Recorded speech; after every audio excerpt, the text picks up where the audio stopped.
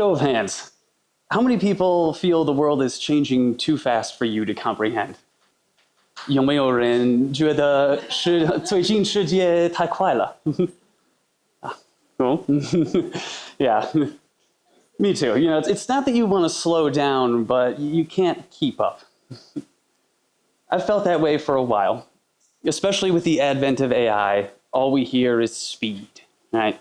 Faster writing, faster coding, faster research. And it's easy to feel the speed up because it's so visceral.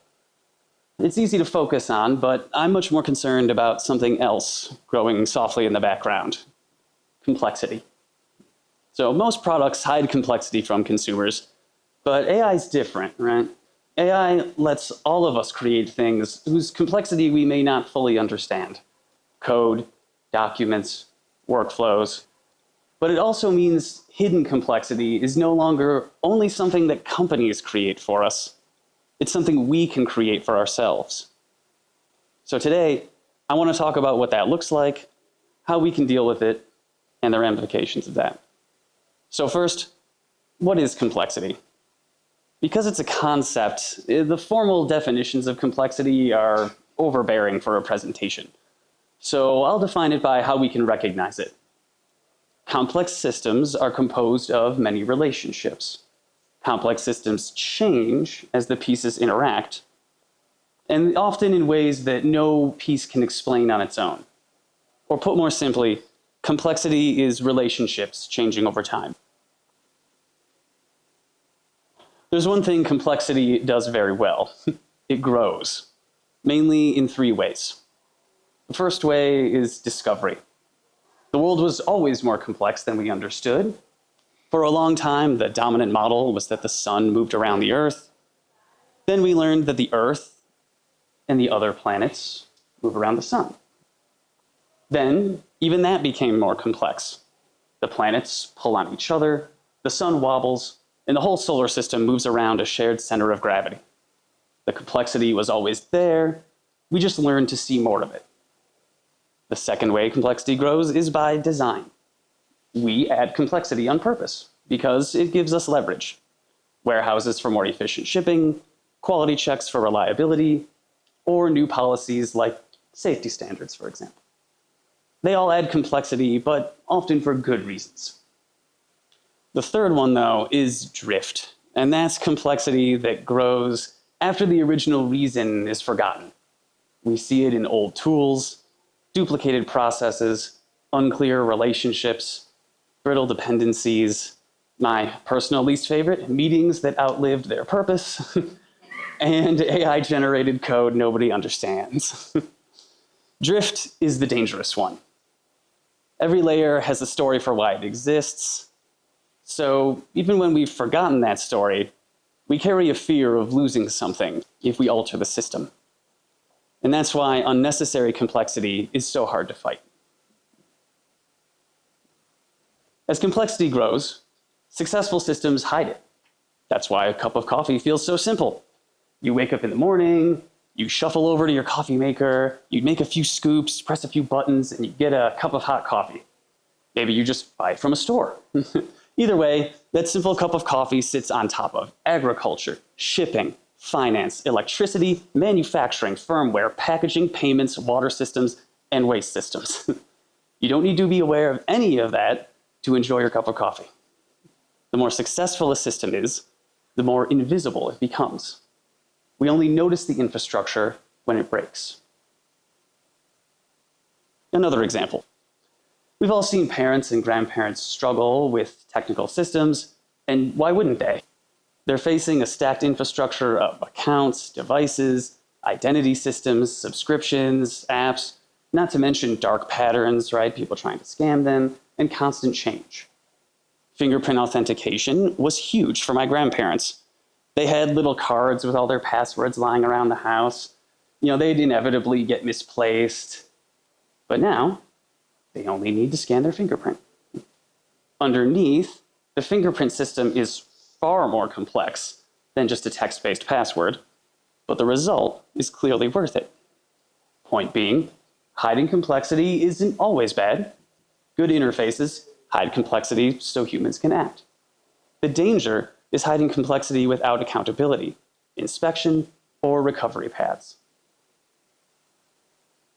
We've never managed complexity by brute force. We manage it by distributing it. So, as a concrete example, imagine I put you in charge of that coffee supply chain. Hundreds of farmers, trucks, warehouses, ports, weather regulations, and customers who still expect their same cup of coffee tomorrow morning. You can't hold all of that in your head. No one can. So what do humans do? We do something very clever. We decide where the complexity should live. Some complexity lives inside of us as learning. I should learn more about coffee supply chains. Some complexity lives in other people as expertise. I should hire an expert in coffee supply chains. Some complexity lives inside tools. Maybe I should buy faster trucks. Some complexity lives behind boundaries as modules. We should have a warehouse so the farmers can pool their coffee beans, and then we just make one trip to the container ship. Some complexity lives inside institutions. We should add quality checks to ensure better labor conditions. And some complexity lives inside feedback loops, where reality tells us when our model is wrong. So we should weigh the beans at different points to track rot and potential theft. AI gives us a powerful new tool for the surface layers, the events and patterns in the system. But if we only use AI to react faster, summarize faster, and generate faster, we may simply accelerate the complexity drift I warned about earlier. Humans' most finite resource is time. So we have to live with the complexity we create. And therefore, when working intentionally, we tend to make good trade-offs that save future humans time. AI, on the other hand, doesn't feel that future cost unless we design the process to make it visible. But just because AI can't help us unprompted doesn't mean we can't use it as an amazing tool. In fact, it will be essential to use to help us properly. So how can we use AI then? There's a helpful model in systems thinking called the iceberg. It stratifies a complex system into 4 layers: events, patterns, structure, and models. Events are what we see. Patterns are events that repeat. Structure produces the pattern. And models are the beliefs underneath the structure. Again, think about the coffee. If a shipment is late, that's an event. If shipments are late every rainy season, that's a pattern. If the delay comes from a fragile handoff between farmers, warehouses, and ports, that's structure. And if the whole system is built around the belief that the only thing that matters is the cheapest possible cup of coffee at the expense of all else, that's the model underneath everything. Again, from the bottom up, because the whole system is optimized purely for the lowest cost, the routes were structured in such a way that handoffs were fragile, which led to a pattern of events in which the shipments were late every season. You can see everything originates from the model, but it's also the part that's most difficult to change. AI can help us see events and patterns, but the future depends on whether humans use that visibility to redesign structures and challenge models.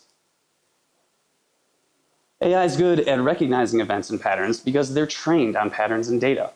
They can summarize, compare, cluster, classify, and notice similarities across huge amounts of information. That leverage frees us humans up to handle the structure and the models.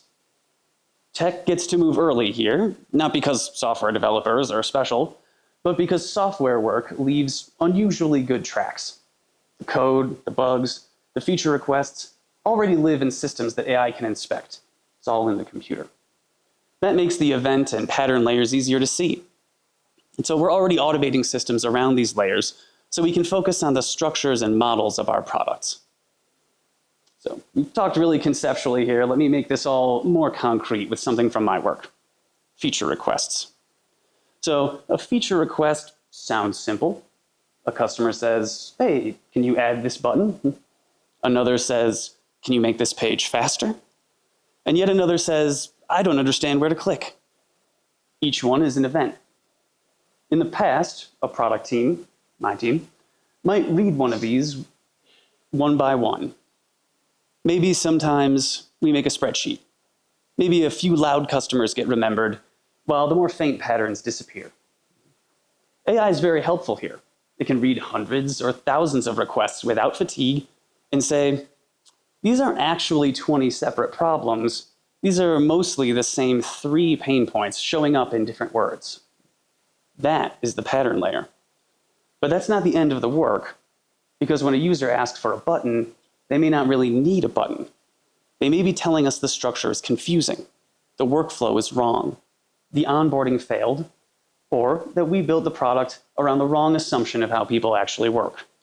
In other words, our model is flawed. So AI can help us see the pattern faster, but humans still have to ask the deeper question. What is this request really telling us about the system we built? And every organization has some version of this. Schools have parent emails and student performance data. Hospitals have patient complaints and intake forms. Companies have support tickets and employee surveys. The surface is different, but the pattern's the same. AI can help us process these events, but the humans have to decide what the pattern means. So where does that leave us? It leaves us without a silver bullet. And I think that's important to say out loud. Complexity isn't some bug that we're going to patch out of civilization. It's the cost of relationships, scale, ambition, and progress. The goal is not to eliminate complexity. The goal is to become responsible for where it goes. AI can help us enormously with the first 2 layers of the iceberg. It can notice events, it can find patterns, it can summarize, classify, review, and remind. That's real leverage, and we should use it. But the deeper work is still human work. Humans have to decide what structures should exist. Humans have to decide which incentives are distorting the system. Humans have to decide what's worth optimizing for. Humans have to decide which complexity is worth keeping. So the question is not, where should I apply AI? The better question is, where should I apply the humans? Because there is no free simplicity. Every simplification moves complexity somewhere else. The future will not belong to people who can pretend complexity can disappear. It will belong to the people who can see where it's hiding, move it deliberately, and build systems that help the rest of us carry it wisely. Thank you.